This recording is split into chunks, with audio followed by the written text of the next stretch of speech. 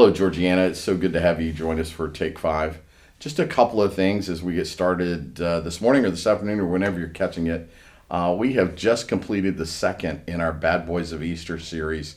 So I just want to encourage you, if you've not caught those sermons, Janice did the first one on Pilate and Jason just did yesterday's, talking about the person of Caiaphas, the high priest. These are excellent sermons just to prepare us for Easter. So I just want to encourage you to take a look at those if you missed them. So we find ourselves having completed the Beatitudes last Monday. And so if you think about it, these have been countercultural, counterintuitive statements that Jesus makes to people sitting on the edge, on the hillside. And so you can imagine that they hear them and they're shocked and they're stunned. And as I have said before, they happen so fast that there's not a whole lot of processing that's happening. So we transition from the Beatitudes to what I think are short segment teachings that happen within this sermon on the Mount.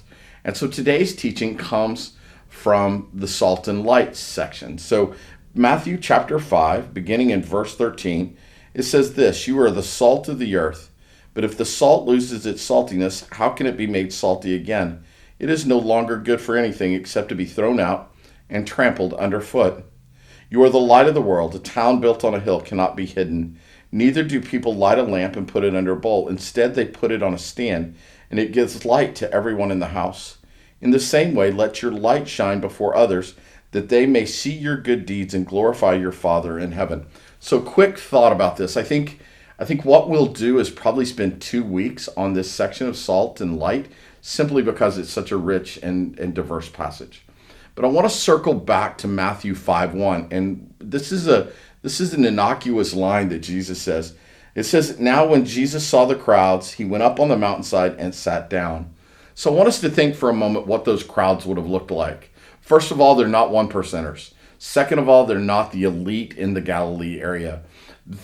They're not even the middle class, probably.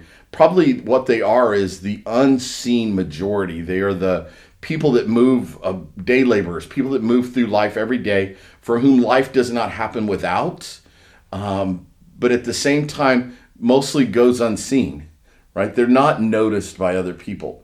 So secondly, it would be unusual for a rabbi to spend this kind of time with mass crowds, large crowds of people. This is not what they did. They were more in the synagogue holding themselves up. So when Jesus says he addressed the crowds, part of what I want us to understand is that these folks who come would have never been spoken to like this. They'd have never had the hope that they had in the Beatitudes. And so Jesus said something like, "You are the salt of the earth and you are the light of the world." I want to point out that what Jesus doesn't say, he doesn't say to these ragtag bunch of unseen locals and unseen day workers, what he doesn't say to them is, "You are the salt of Galilee. You are the light of Capernaum."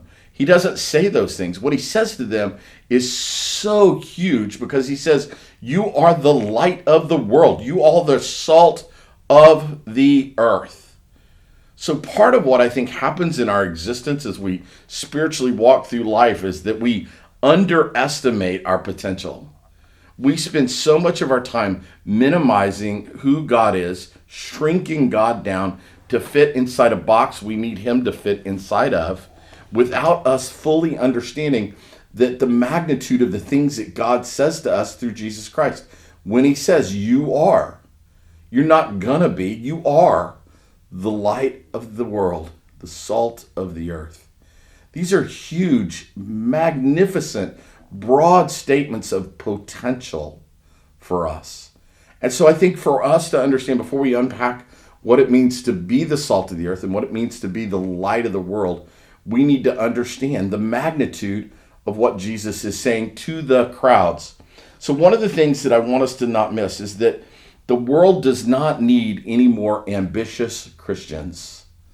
Now you're probably saying, what does Corky mean by that? What I mean by ambitious Christians in this sense is people that are chasing their own fame in the name of Christianity. What the world desperately needs is salt and light. They need something that preserves and perseveres. They need a light that repels darkness. Sadly, we live in an age now of celebrity Christianity, where people are chasing their own fame in the name of Jesus Christ. Can I just tell you this, wherever you are, this is so unholy. This is so unhealthy. It is so counterintuitive to the Sermon on the Mount. Jesus looks at the masses as the crowds and tells them there was something that they couldn't imagine they could be, that you weren't just a local entity. You had the potential to influence the whole world.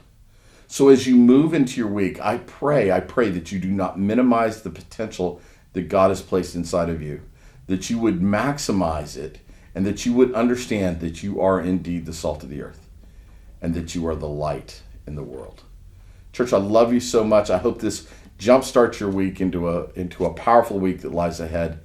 May God bless you and keep you until we meet again next Monday. Love you.